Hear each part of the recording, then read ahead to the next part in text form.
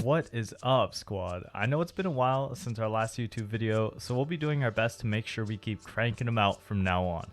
The one place we have been consistent though is over on Twitch. If you enjoy our content here, be sure to check us out over there for some premiere live content. Speaking of content, Season of the Chosen brought 4 new fragments for the Stasis subclasses. Last video we talked about Whisper of Chains. In this video, we're taking a look at Whisper of Impetus. Damaging targets with the Stasis melee reloads your stowed weapons and grants you a temporary boost to weapon ready speed. At first glance, this didn't seem as intriguing as something like Whisper of Chains, but then I figured something out. We'll get to that later. Let's start with what this fragment really does and doesn't do. When you hit an enemy with a Stasis melee, you get a buff called Nimble Arsenal, and it has a duration of 5 seconds. When this buff gets applied, your stowed weapons get reloaded and your weapons ready faster for 5 seconds. This does not proc on reload perks like Kill Clip or Ambitious Assassin. The final thing is the buff cannot be reapplied or refreshed. This means if you hit one Stasis melee, the second will not proc the buff unless you wait for the buff to go away. This fragment seems tailor-made for hunters. I'm not even going to bother mentioning the other 2 classes with respect to this fragment. I'm also completely disregarding PvP, as I feel it doesn't really hold a candle to the other fragments, and if I find it warrants a follow-up video on PvP, so be it. With the Hunter, this is very similar to the Hunter exotic armor piece, Sealed Ahamkar's Grasps, which reloaded your current weapon when you dealt melee damage. With reloading your stowed weapons on Stasis melee damage and adding a 5-second cooldown, this adds some complexity to the mechanic. However, you don't need to run a piece of exotic armor for this.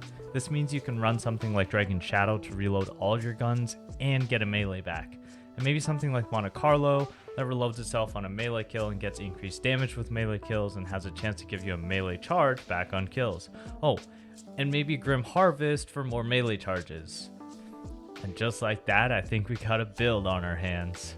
For this particular build, I'm using Gambler's Dodge, Dustfield Grenades, Winter Shroud, Grim Harvest, Hedrons, Durance, Impetus, Monte Carlo, Salvager's Salvo, a Heretic with a huge blast radius and lasting impression, and Dragon Shadow.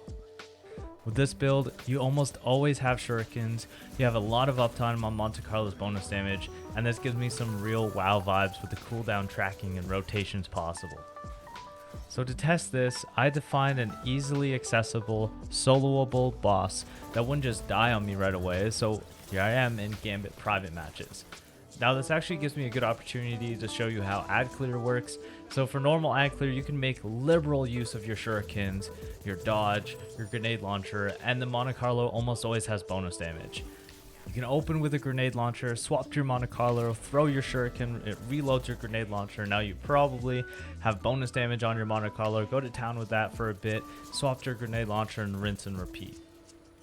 For boss damage, this is where the WoW feels really come into play, and you can use a somewhat complex damage rotation that goes like rocket launcher, grenade launcher, switch to Monte Carlo, shuriken, rocket launcher, grenade launcher, dodge, rocket launcher, grenade launcher, switch to Monte Carlo, shuriken, rocket launcher, grenade launcher.